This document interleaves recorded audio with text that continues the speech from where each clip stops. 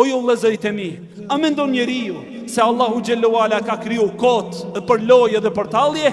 I lartësuar qoftë Allahu, por Allahu me urtësinë e tij e ka kriju njeriu për një qëllim shumë fiznik dhe shumë të lartë.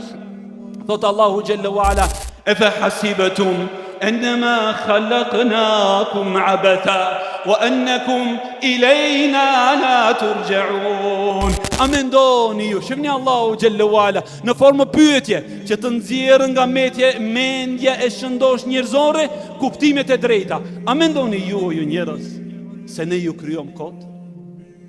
A mendon njeriu se Allahu xhallahu ala krijoi për lojë dhe për tallje? Wa annakum ilayna la turja'un, dhe se ju një ditë nuk do të ktheheni tek Allahu? Po kjo nuk është urtësi, po kjo është lojë dhe tallje, po kjo nuk është përsosmëri. Andaj edhe pas asaj thot: "Fata'ala Allah",